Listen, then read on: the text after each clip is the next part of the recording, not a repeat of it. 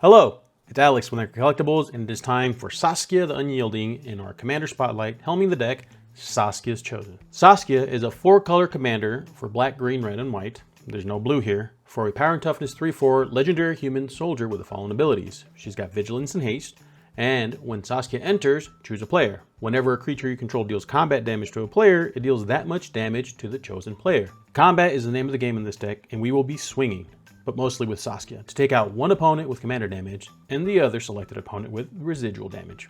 But first, the veggies. It's not just about the meat and potatoes. Our ramp consists of Explorer Scope. While we swing, we search for lands, Solemn Simulacrum, Mina and Den, as well as Azusa for the extra land drops, as well as Zerda to make our activated abilities cheaper, which will come in handy. Our card advantage includes cards like Nahiri, Heir of the Ancients, Risky Shortcut, and Rishkar's Expertise.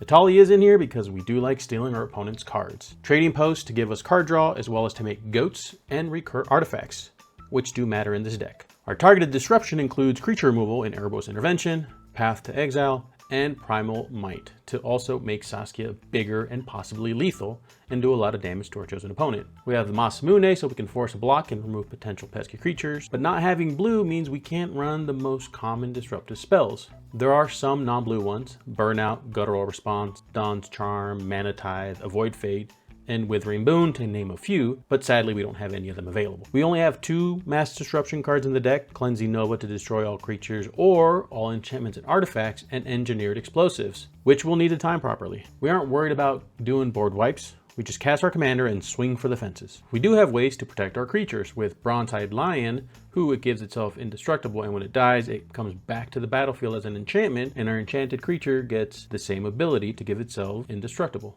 However, it loses all other ability. Darksteel Plate, Hammer of Nazath, gives our creature indestructible, and Spectral Ward gives it protection from all colors, making sure Saskia stays on the field long enough to swing multiple times. The deck is built around Saskia and her dealing combat damage, so we're going to pump her up with equipment, which is why we have 2 Nahiri Planeswalker cards. Nahiri, Heir of the Ancients, who makes 1/1 white core warrior tokens and attaches equipment, and Nahiri the Lithomancer, which does the same thing but also gives us recursion for equipment. Which leads me to the equipment to buff Saskia. We have a total of 22 artifacts, 20 of which are equipment. We have Captain's Claw that buffs Saskia but also creates a core ally that's attacking. Cliff Haven Kitesail gives Saskia evasion and equips for free on entering. As mentioned before, Darksteel Plate and Hammer of Nazan give Saskia indestructible, so we won't be scared of Death Touch. Our most important equipment is that Hammer of Nazan, which allows our equipment to attach on entering, bypassing the equip cost of all our equipment. But if you don't have the Hammer, that's where we have Zerda,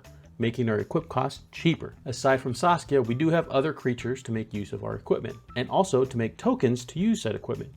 Kemba makes cats for each equipment attached to Kemba at your upkeep. Valduk does the same thing, but with elementals, and they get exiled at the beginning of the next end step. Legion Warboss makes goblins, and nothing is scarier than a spider with a Loxodon hammer, which is why we have a Rasta of the Endless Web in the deck. You get a 1/2 spider with reach whenever an opponent casts an instant or sorcery spell, and all of these tokens and creatures entering will make our Mace of the Valiant even stronger. We have other ways to buff our creatures with Always Watching. Sadly, it doesn't pump up our tokens. Rage Reflection for double strike, and Beastmaster Ascension to pump up all our creatures as long as it's got 7 or more quest counters on it. Our path to victory is combat, having Saskia on the field and swinging with a lot of creatures. The damage you do to one opponent is sent to Saskia's Chosen, hence the name of the deck. There are some upgrades that would make this deck even more problematic.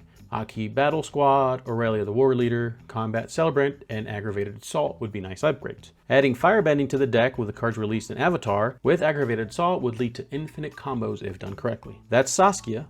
How would you build her? This is our last 4-color commander deck, and next week we are going to do our 5-color commander deck.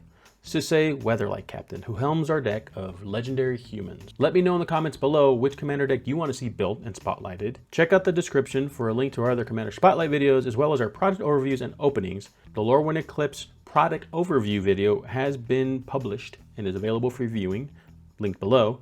Best of luck with your pulls, best of luck with your games, and have a good one.